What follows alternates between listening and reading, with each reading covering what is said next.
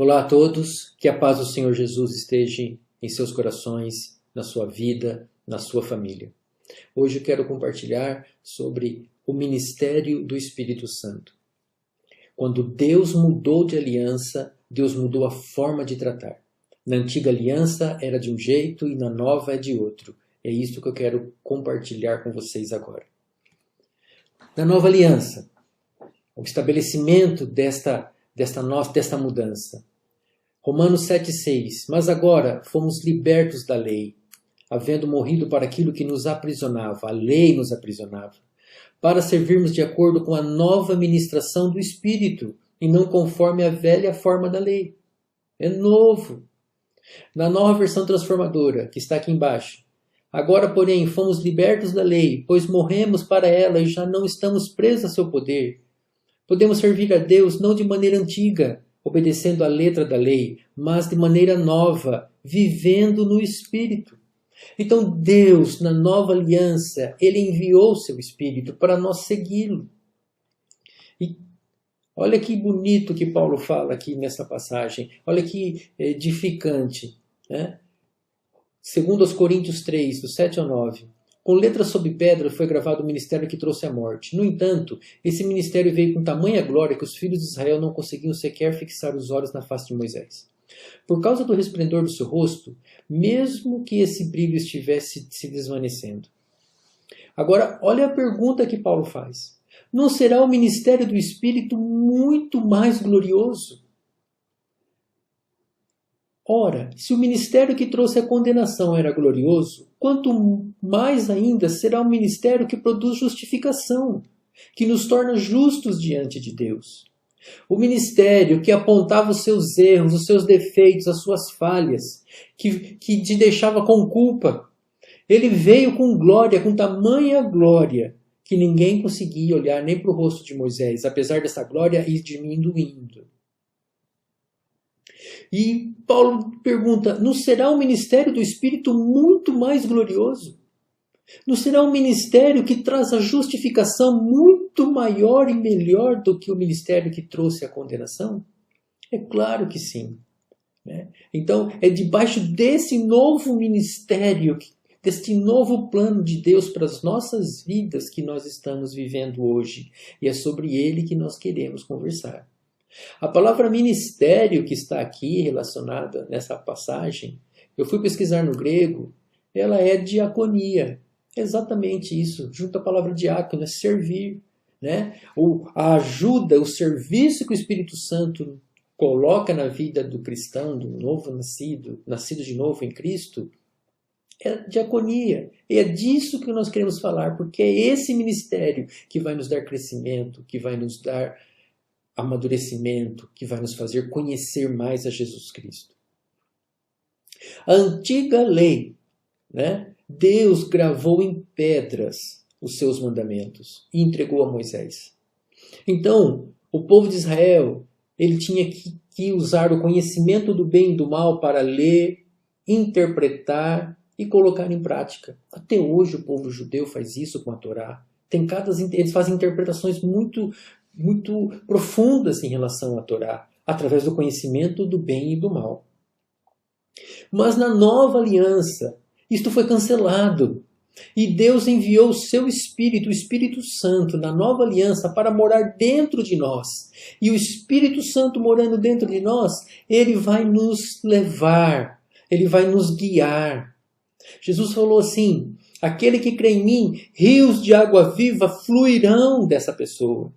E fluir vai te levar até a glória de Deus. Porque no livro do profeta Ezequiel, ele fala que o rio do Espírito, que fluía do templo, ia para o norte, e o norte sempre ia para o leste, e sempre no leste estava se referindo para a glória de Deus. Então devemos seguir o Espírito da qual Deus nos deu. Termos mais atenção ao que o Espírito tem nos falado. E é sobre isto que eu quero entrar nos detalhes agora com vocês. Qual é o ministério, a diaconia do Espírito? Primeiro, irmãos, o Espírito não fala dele mesmo. O Espírito Santo sempre vai apontar para Jesus. Ele nunca vai falar sobre si, mas sempre vai exaltar a obra do nosso Senhor e Salvador. Então, quando nós estivermos conversando aqui, tenha em mente que tudo que nós estivermos falando é olhando para o nosso Salvador e não olhando para as nossas ações, não olhando para as nossas obras, ok? Então, eu listei aqui 7 ministérios do Espírito. Existem pessoas que conhecem muito mais profundas, né? Mas eu listei 7 aqui para nós conversarmos, que são: ele auxilia nas nossas fraquezas, ele é nosso advogado, ele produz frutos, ele testemunha para o cristão, ele dá 2 testemunhos diretamente para nós, porque ele vive dentro de nós. Um testemunho da nova aliança: gravarei as minhas leis no seu coração, todos me conhecerão, dos seus pecados não me lembrarei mais. E o segundo testemunho, esse já é mais conhecido de todo mundo, é que você, o Espírito de Deus, testemunha para o nosso espírito que nós somos filhos de Deus. Também testemunha ao mundo, através de nós, através dos crentes, né? De Jesus Cristo, através do poder dele de milagres e maravilhas.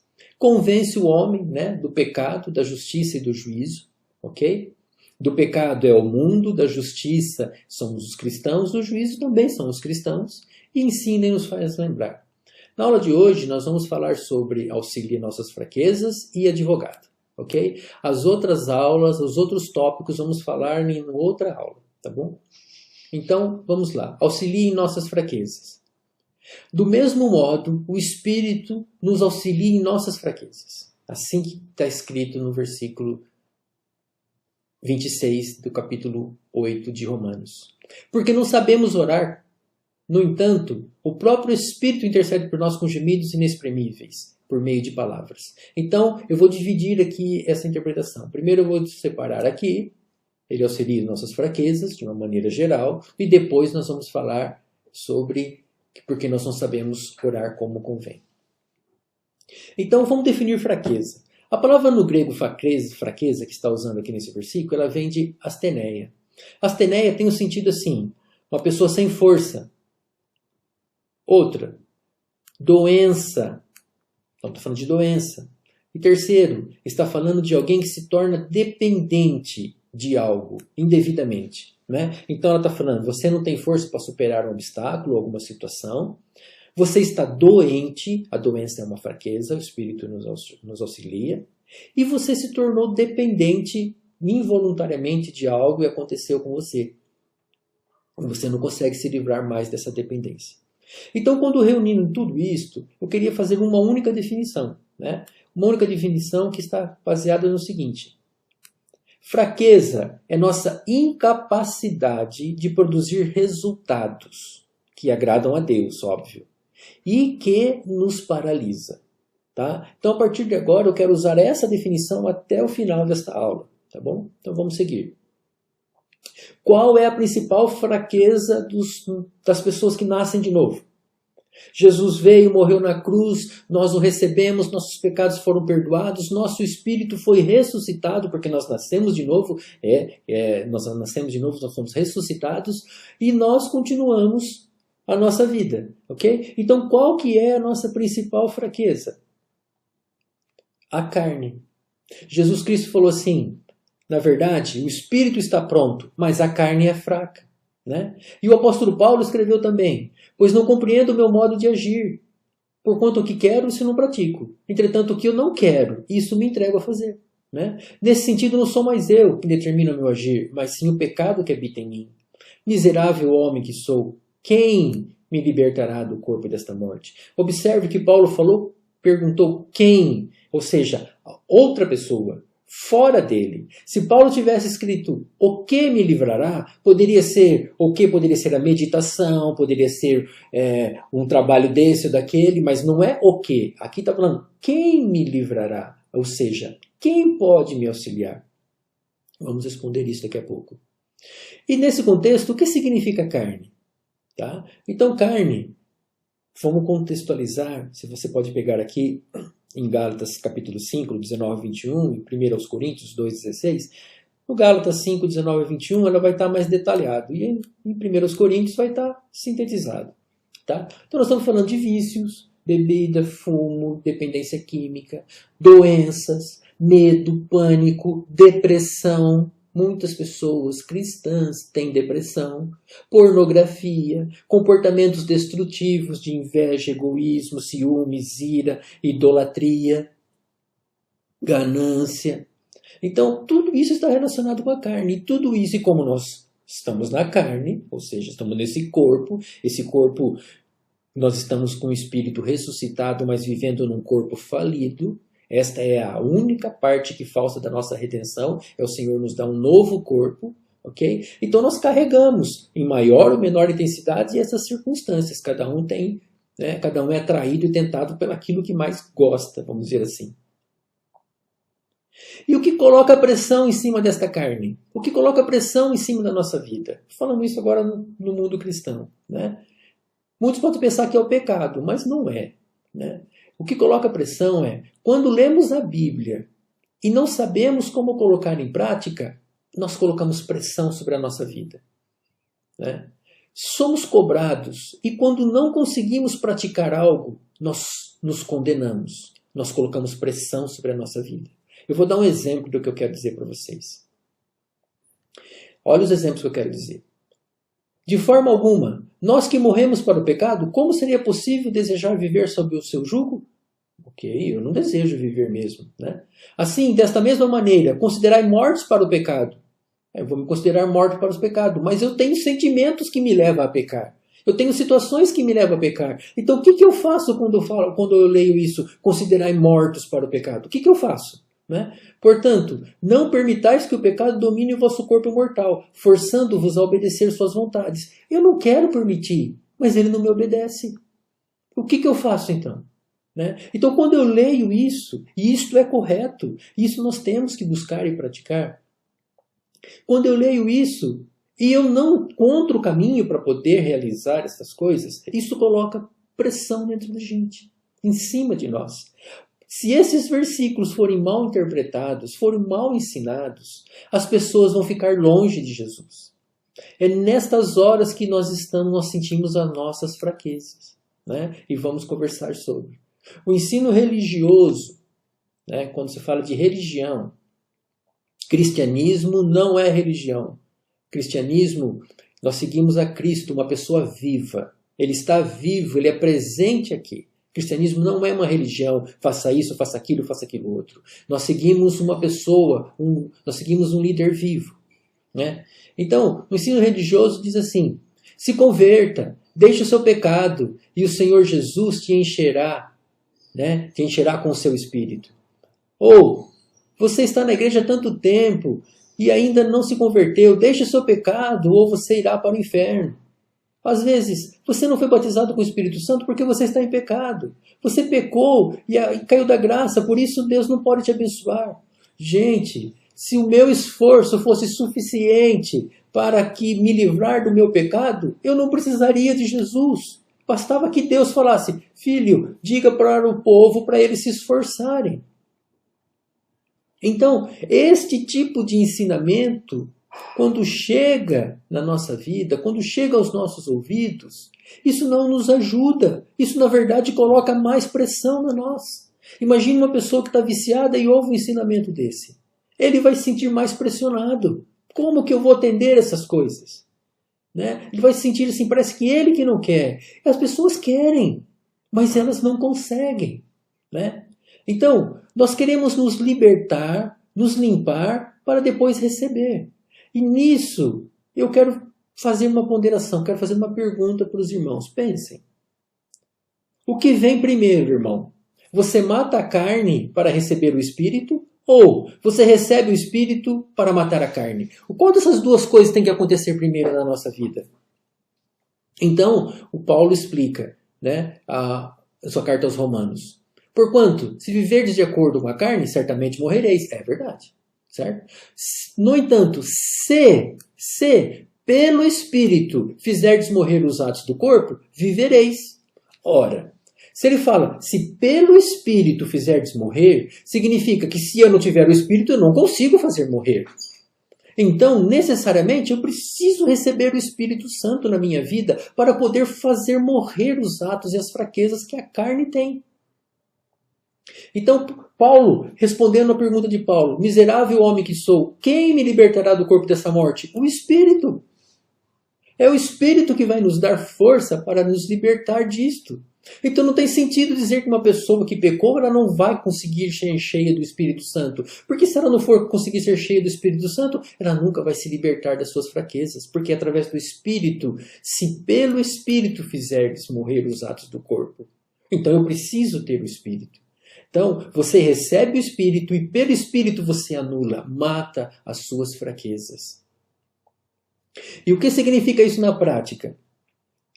Que as pessoas que creem em Jesus, independente das suas fraquezas, dos seus vícios, dos seus comportamentos, elas recebem o Espírito Santo e podem vencer suas fraquezas. A pessoa que bebe, a pessoa que fuma, o viciado e outros tipos de situações que eu não quero ficar elencando aqui agora, essas pessoas podem ser cheias do Espírito Santo e devem e precisam ser cheias do Espírito Santo, porque é pelo Espírito, somente pelo Espírito que elas serão libertas. E nós temos que ensinar as pessoas a isto.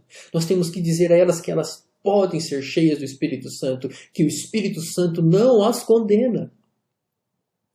Então, aí vem assim, o que preciso fazer para o Espírito libertar das fraquezas? Né? Para o Espírito me libertar das minhas fraquezas, dos vícios, das doenças, do pecado? Esta é a pergunta. O que você tem que fazer? Então, minha resposta. Nós precisamos confessar a justiça de Jesus Cristo na nossa vida. É isso que nós temos que fazer. Eu vou dar um exemplo para vocês. Quando você tem algo negativo, você precisa ter algo positivo para gerar força e te tirar daquela situação. Você lembra que nós ensinamos isso na última aula, né? Então, quando nós somos ensinados hoje, se você tem uma doença, o que você confessa quando você está doente? Você confessa a saúde. Então você diz, pelo menos em Isaías 53, pelas suas pisaduras fomos curados, né? Quando você está com dificuldade financeira, dificuldade no trabalho, qualquer tipo de dificuldade, o que você confessa? Você confessa a vitória, né? Somos mais do que vencedores em Cristo Jesus. Tudo coopera para o bem daqueles que amam a Cristo. Você sempre confessa a vitória. A sua fé age nessa direção. Está tudo certo isto. Agora, quando você peca, quando você tem o seu vício, a sua fraqueza pegou você no seu corpo e você caiu naquele momento. O que você tem que confessar? Nessa hora, o que nós temos que confessar? Então, o nosso ensino, o nosso discipulado antigo, né? A nossa maneira de discipular, eles falam assim, que nós temos que confessar o nosso pecado. Porque quando nós confessamos o nosso pecado, Deus é fiel e justo para nos perdoar de todos os nossos pecados. Mas nós interpretamos muito mal esse versículo. O capítulo 1 da primeira carta de João, o apóstolo João estava ensinando a igreja a se defender do agnosticismo. Ele não estava ensinando que se você confessar, você é perdoado. Porque nós não somos perdoados porque nós confessamos. Nós somos perdoados porque recebemos a Jesus Cristo. Quando você aceitou Jesus Cristo no seu coração, ao tempo que foi, você ficou confessando para depois você receber o perdão e para você receber Jesus Cristo? Não! O coração encheu de fé e você disse, eu aceito Jesus Cristo. E você creu, e você aceitou, e você foi perdoado. Nós não somos perdoados com base no nosso conhecimento sobre o nosso pecado. Está muito claro na carta que Paulo escreveu aos Efésios. Nós somos perdoados pelo grande conhecimento de Deus sobre nossa vida. Nós somos perdoados pela bondade e misericórdia de Deus. Um rio de perdão, de uma cachoeira de perdão Deus derrama sobre nós, como está, se você ler na primeira carta de Efésios, no capítulo 1, logo no comecinho. Nós somos perdoados pelo conhecimento de Deus sobre nós. E não porque ficamos. Mas pessoas gostam de fazer isso, não tem problema. Mas quando você fica confessando o pecado, você não está indo para o positivo. Você está se mantendo no negativo. Porque você fica lembrando do pecado. Aí vamos supor, você bebe. Aí você fala, ai Senhor, pequei, bebi. Ah, tá bom. Nunca mais, Senhor, vou pecar. Isso é justiça própria, tá? Você está achando que você nunca vai fazer isso, confiando que você vai ter força para isso. Mas vamos supor, nós fazemos isso. Aí passa um tempo, não sei quanto tempo, um mês, 2 meses, bebe de novo. Depois passa um tempo, bebe de novo. E confessa, e confessa, e confessa, e confessa, e confessa. E você nunca sai dessa situação. Porque não tem ninguém externo te ajudando. É a sua força de vontade que está querendo se libertar disso. Então o que nós temos que fazer? O que é o correto? Quando você tem um vício e você cai nele, nós temos que confessar a justiça de Jesus Cristo. Porque a Bíblia ensina assim, segundo aos Coríntios 5:21, nós somos a justiça de Deus em Cristo. Você pode ler isto, nós vamos ler daqui a pouquinho. Nós temos que confessar a justiça de Jesus Cristo em nossa vida, para sermos libertos do pecado. Na hora que você erra, é nesta hora que você tem que confessar que você se tornou justo diante de Deus em Cristo. E foi o próprio Deus que te justificou. Não foi o homem, não foi o pastor, não foi você mesmo. Foi Deus quem fez isso e te justificou. Nós temos que crer nisso, entender esta palavra para a gente se libertar dos nossos vícios, para que a gente possa andar no Espírito. Olha o versículo que eu comentei com vocês. Deus fez daquele que não tinha pecado alguma oferta por todos os nossos pecados, a fim de que nele nos tornássemos justiça de Deus. Em Cristo você se tornou justiça de Deus. É isso que você tem que confessar. É isso que você tem que ter no seu coração no momento que você falha. E você pede ao Espírito Santo, me liberte disso, Espírito Santo. E você diz, eu sou a justiça de Deus em Cristo. Deus me tornou assim. Esta é a fé que tem que ter no nosso coração. Eu quero explicar isso para os irmãos. 1 João, capítulo 2, versículo 2, fala assim, e ele é a propiciação pelos nossos pecados, e não somente pelos nossos ofensas pessoais, mas pelos pecados de todo mundo. Então, eu quero explicar esse processo da propiciação. Antiga aliança, nós temos a Arca da Aliança, né? É a Arca de Aliança. Ela tem duas partes principais. Ela tem a parte do propiciatório e ela tem a parte do baú, vamos chamar assim, né? Na parte de baixo da caixa que tinha. O propiciatório, na verdade, é uma tampa. Nessa tampa, a tampa do propiciatório, ela era feita de ouro maciço. Não tinha madeira, era ouro maciço, ok? Uma peça única de ouro maciço.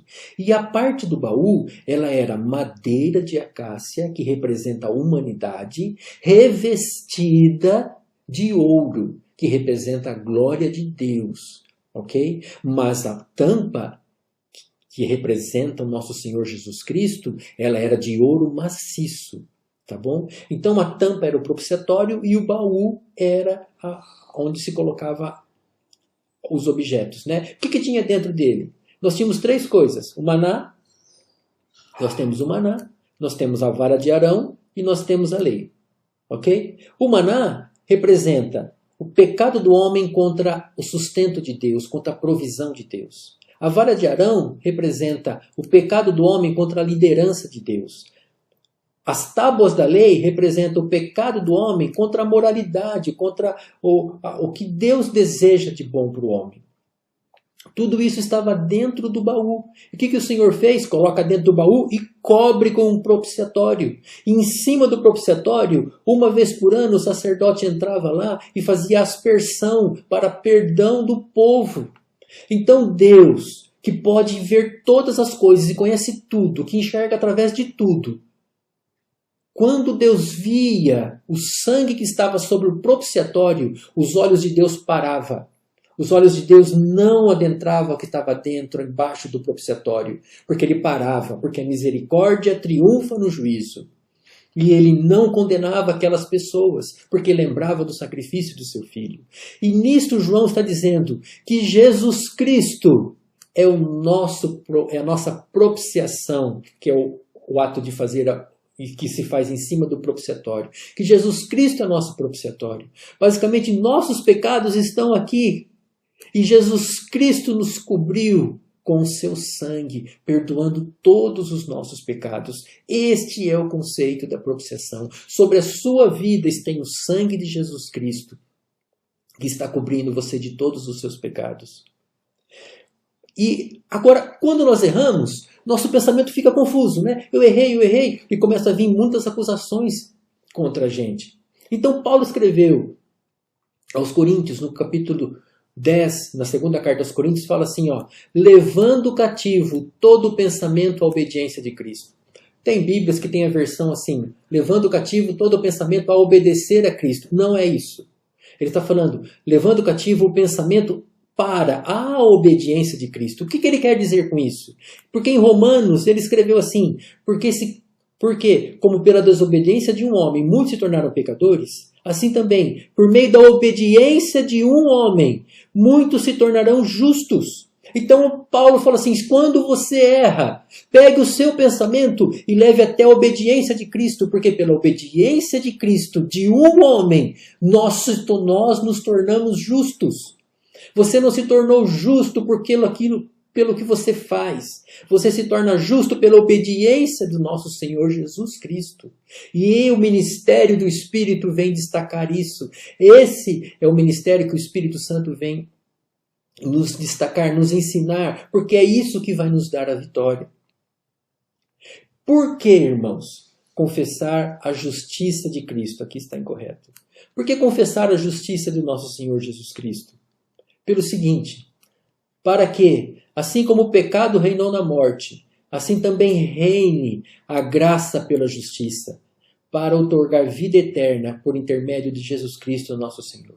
Irmãos, a graça e a misericórdia de Deus será abundante na sua vida pela justiça de Jesus Cristo. A justiça, a graça reina pela justiça. Quando o seu coração está fundamentado na justiça de Jesus Cristo, a graça é abundante na sua vida. Paulo escreveu ainda, se pela transgressão de um homem a morte reinou, muito mais os que recebem da transbordante provisão da graça e do dom da justiça reinarão em vida por intermédio de um único homem, Jesus Cristo. Então, olha essa palavra aqui, eu quero destacar essa palavra, recebem. Essa palavra recebem, eu vou falar o tempo verbal que está no grego. Ela está no particípio presente ativo. O que significa? Que ela está no presente. E ela tem que ser recebida ativamente. Tem que ter uma ação. Ela não é passiva. É uma ação ativa que você tem que ter. O que significa isso, Jaime? Significa que você tem que receber, você tem que declarar que recebe a justiça do nosso Senhor Jesus Cristo, que você recebe abundante graça para a sua vida. E você tem que declarar isso ativamente, sempre no tempo presente. O que eu quero dizer com isso? Às vezes nós pensamos, que quando nós chegamos na igreja e o pastor fez o apelo, quem quer aceitar Jesus Cristo como seu único e suficiente Salvador? E a gente foi lá e aceitou, ok?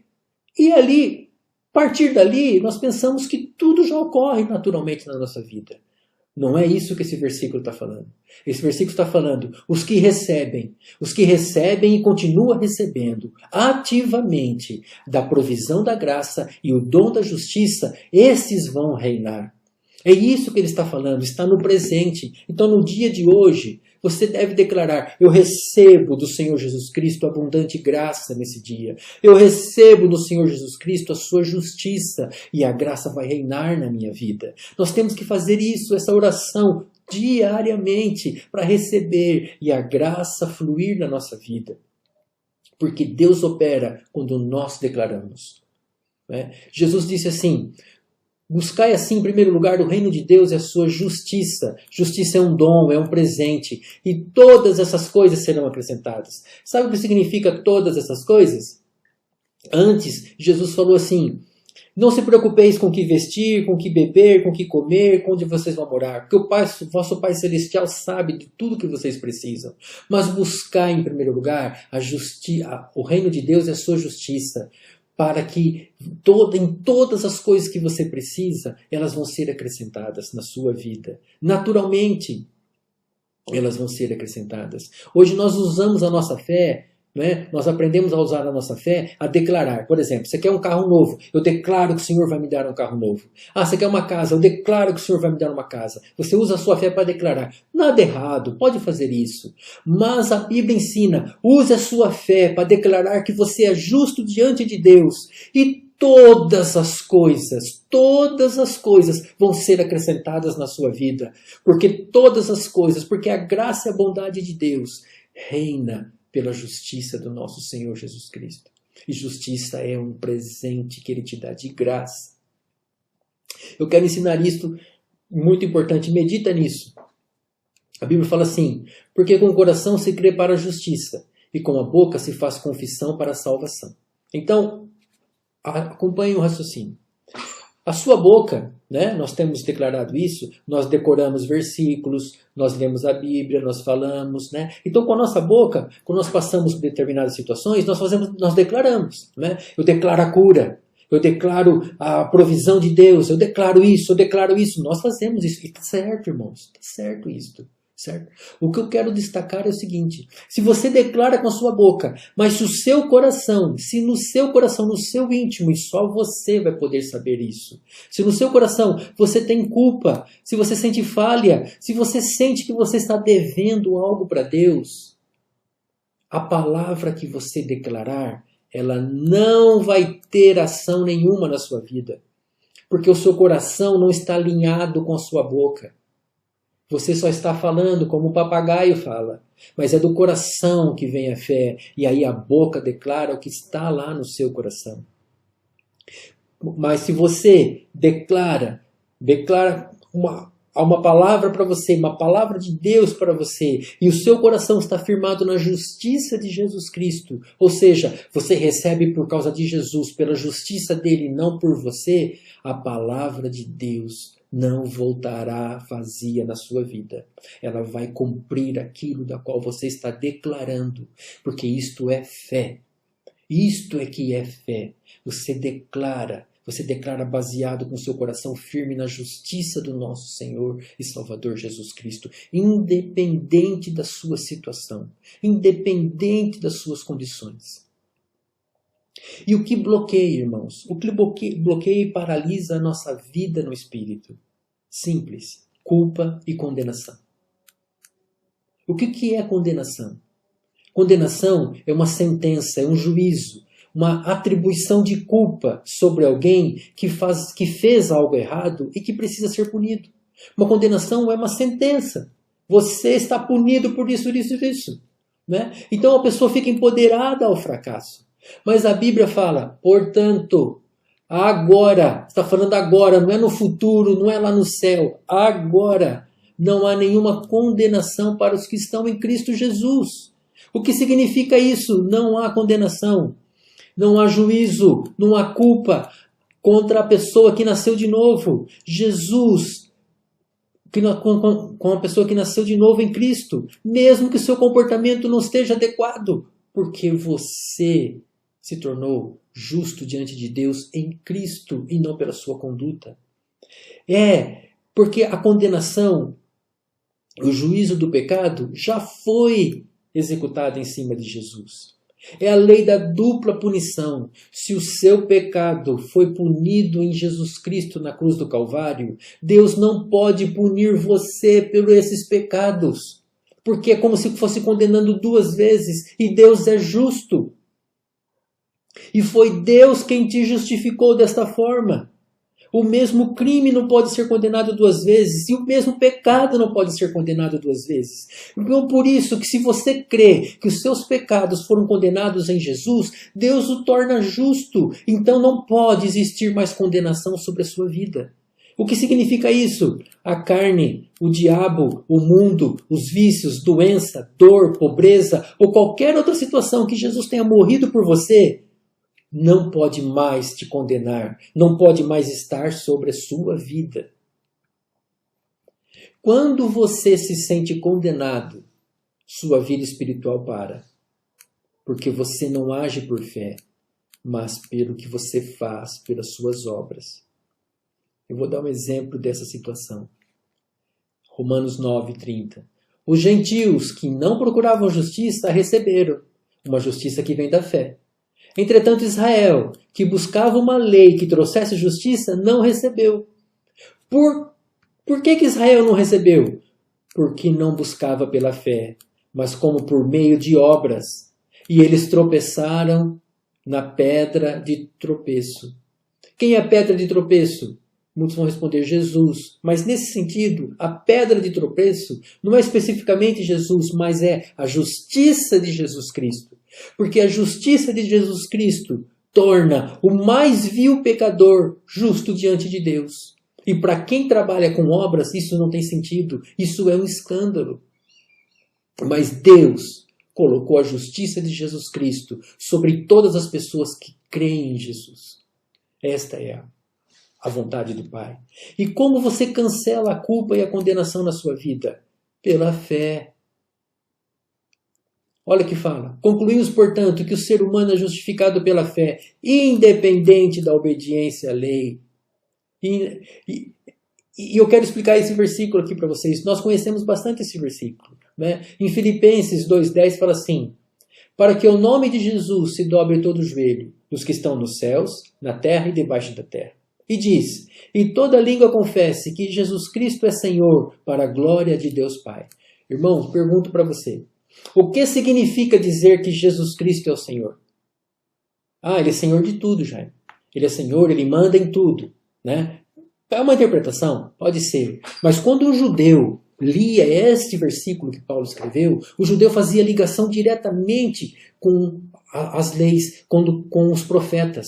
E esta palavra que Paulo escreveu, ela está escrita em Isaías. É uma promessa que fala assim: por mim mesmo tenho jurado, da minha boca saiu o que é justo, e a minha palavra não tornará atrás. Diante de mim se dobrará todo o joelho e jurará toda a língua. Diante de mim, como ele está falando, o nome de Jesus se dobre todo o joelho dos que estão nos céus, na terra e debaixo da terra. Diante de mim se dobrará todo o joelho e toda a língua e jurará. O que é que vai jurar? De mim se dirá: tão somente no Senhor a justiça e força. E até ele virão os que estão envergonhados, todos os que se irritaram contra ele. Olha, o que de mim se dirá? Tão somente no Senhor a justiça e força. O que significa dizer Jesus Cristo é Senhor? Significa que Jesus é a nossa justiça, é a nossa força, é o quem nos justifica. Quando você diz Jesus é o Senhor, você deve ligar exatamente nesse versículo. Ele é o Senhor que me justifica e que me dá força e que me redime.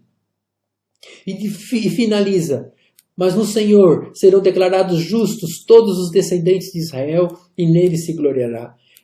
Gálatas 3,7 diz: os que são descendentes de Abraão são os que são filhos pela fé. Você é filho de Abraão, você é filho pela fé. Então o Senhor te declara justo. Esta palavra é para você. Irmãos, a Bíblia fala assim. Jesus diz, capítulo 15 de João: eu sou a videira verdadeira. Ok? E meu pai é o lavrador. Foi o pai que plantou essa videira. Eu sou a videira verdadeira. Observe que uma videira, obviamente uma videira madura, ela forma uma cruz. Né? Essa é uma videira. Ela forma uma cruz. E depois vem os ramos sobre ela. E a Bíblia declara: se a raiz é santa, todos os ramos também o são. Não existe condenação sobre você, porque você está ligado a uma raiz santa. E todos os seus pecados foram redimidos. Se a raiz é santa, todos que estão ligados com ela também o são. Está na palavra declarada em Romanos. E isto que eu estou ensinando, que eu estou conversando, falando com vocês, é isso que o Espírito Santo quer nos convencer. Quando Jesus falou assim: quando ele vier, convencerá o mundo do seu pecado, da justiça e do juízo. Do pecado, porque a humanidade não crê em mim. Da justiça, do que eu acabei de falar, porque eu vou para o Pai e vós não me vereis. Vocês é justo diante de Deus em Cristo. É isso que o Espírito Santo quer te ensinar nesta manhã. Declare isto e você vai estar agradando ao Pai e a graça vai fluir sobre a sua vida. Vocês estão entendendo até agora? Então, vamos começar agora a segunda parte. Nosso advogado. Ele é um defensor. Eu quero te perguntar: você crê que Jesus é sua justiça? Você crê que Jesus levou suas enfermidades? Você crê que está no esconderijo do Altíssimo? Você crê? Eu acredito que você respondeu sim para todas essas. Então, se você crê, você não precisa sofrer com isto. Certo? Mas por que alguns de nós sofrem com isto? Por quê? É porque não sabemos orar como convém. E é aí que entra o nosso advogado. Agora eu vou ver a segunda parte, né? Que eu estava falando para vocês. Porque não sabemos orar. No entanto, o próprio Espírito intercede por nós com gemidos impossíveis de serem expressos por meio de palavras. E como o Espírito Santo intercede por nós? Orando em línguas. Orando em línguas, se Ele está intercedendo por você. A Bíblia fala assim, olha, 1 Coríntios 14:14. Pois se ora em línguas, o meu espírito ora, mas o meu intelecto fica improdutivo. Graças a Deus que o nosso intelecto é improdutivo, porque nós não sabemos como orar. Nós não sabemos como orar. Nós achamos que devemos ir para a direita, para a esquerda, mas nós, de verdade nós não sabemos, mas o Espírito sabe. E o nosso Espírito ora com o Espírito de Deus. E Ele intercede por nós. Agora, esta palavra é importante. Medita nela. Efésios, capítulo 6, versículo 16, que fala sobre a armadura da fé. Né? Ele fala, usar igualmente o capacete da salvação e a espada do Espírito, que é a palavra de Deus. Por anos eu achava que a espada do Espírito, a palavra de Deus que ele falava aqui, é a Bíblia escrita que nós temos na nossa mão. Eu achava que era isso. Então eu falava um versículo, ele falava outro versículo, ele falava outro versículo. Mas fui estudar e aprender recentemente o significado da palavra que está nesse versículo. E em grego, isso significa, é a palavra rema. A espada do Espírito é a palavra rema de Deus. E a palavra rema é uma palavra falada, de viva voz, dita para uma situação específica. Então, quando você está orando em línguas, o Espírito Santo, a espada do Espírito, ela declara uma palavra rema sobre as circunstâncias da sua vida, para te libertar, para te livrar, para te ensinar, para poder fazer você se edificar, seja a situação que você esteja vivendo. Se você está vivendo uma enfermidade, vem uma palavra rema de saúde. Se você está vivendo uma situação de conflito, vem uma palavra rema de solução. É uma palavra rema específica para o seu caso e para a sua vida. Esta é a espada do Espírito. E nós temos que usar constantemente ela. É o Espírito que nos dá isso. Irmãos, a palavra de Deus tem um poder, um efeito de poder em nossa vida. Ela tem que ter esse efeito de poder na nossa vida. Então, quando nós estamos paralisados por uma dificuldade, por uma culpa, o Espírito Santo examina o nosso coração. Descobre o que está nos levando ao fracasso, nos paralisando de andar com Deus. E Ele apresenta o nosso caso na corte celestial. Nós temos o melhor dos advogados, irmãos. Olha, eu vou falar uma coisa para vocês. É comum nós fazermos isso, né?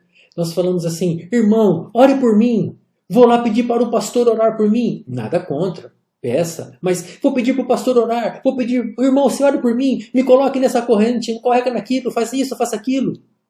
Irmãos, nós temos o maior guerreiro da oração vivendo dentro de nós.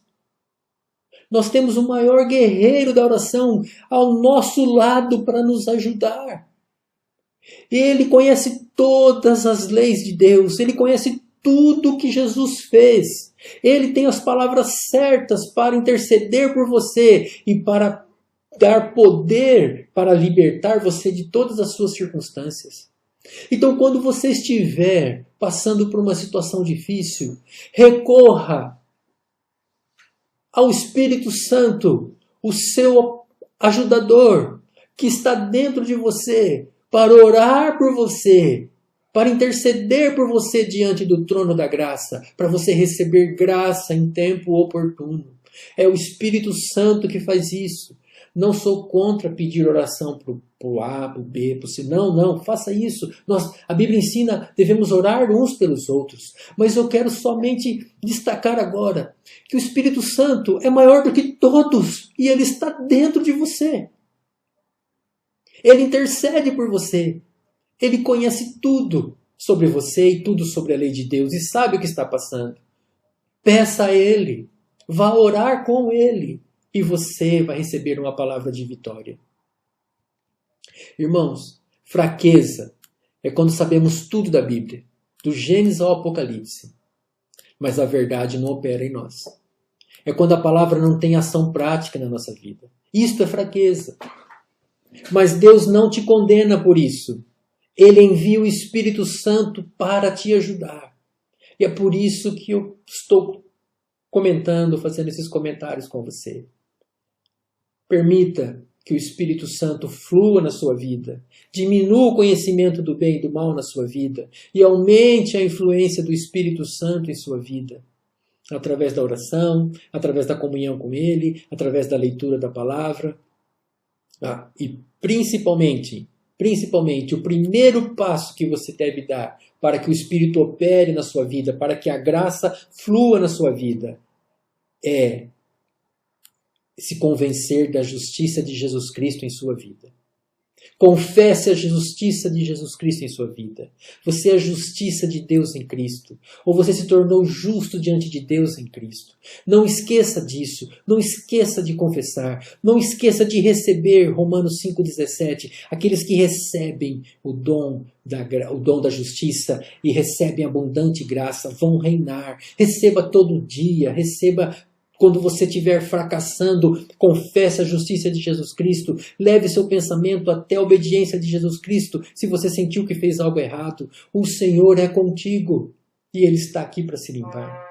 O grande problema disso, muitas vezes, é que nós pensamos que as coisas são rápidas. E tem coisas que o Espírito vem trabalhando. O Espírito não está mudando o seu comportamento. O Espírito está te mudando de dentro para fora. Se você tem vontade de algo que não agrada a Deus, o Espírito Santo vai remover e vai chegar um momento que você não gosta mais daquilo. E nós, irmãos, que não temos determinadas situações, que nem todo mundo é igual, nós temos que ter mais graça em nossas palavras. Na carta que Paulo escreveu aos Efésios, no capítulo 4, se me falha a memória, ele fala assim, que nós devemos dar graça, nós devemos dar palavras de graça para os irmãos que nos ouvem. O que é palavra de graça? É falar o que a pessoa não merece. Isto é graça. Graça é favor imerecido, não é isso? Você também, não é só Deus para nós que nos dá graça. Nós, entre nós, devemos dar graça entre nós uns para os outros. E não uma palavra dura de condenação, porque o Espírito Santo se entristece quando um irmão está condenando o outro irmão. Nós queremos ser tão santos, que acabamos condenando. Às vezes a pessoa erra, é verdade, é errado. Mas tem que sair da nossa boca uma palavra de graça para ela, e não uma palavra de condenação sobre ela. Porque a obra é do Espírito Santo, é o Espírito Santo que nos convence. Quando nós falamos palavras de graças uns para os outros, o Espírito Santo se alegra e o Espírito Santo se move mais entre nós. Esta é a palavra que eu quero compartilhar com vocês, irmãos. Receba essa palavra, que o Senhor Jesus possa te dar um conhecimento e entendimento disso. Não conhecimento e entendimento pelo conhecimento do bem e do mal, mas te dar um conhecimento e entendimento por uma revelação no seu espírito. É isso que eu peço para que o Senhor faça isso nesse momento para todos vocês. Irmãos, nós falamos sobre auxílio e advogado. Se Deus permitir, nas próximas aulas, nós vamos falar sobre frutos, testemunho, convencer, examinar e aprender. Ok? Fique com a paz do Senhor. Descanse no seu Salvador. Nenhum mal chegará até você. Sabe por quê? Porque você está em Cristo. Cristo não pode ser amaldiçoado. Cristo não pode ser amaldiçoado. Você está em Cristo. E você é a justiça de Deus em Cristo. Mesmo quando você erra, você é justo diante de Deus em Cristo. Declare isso no seu coração e receba abundante graça e favor para a sua vida. Em nome de Jesus, eu os abençoo. Fique na paz, meus irmãos. Até a próxima aula.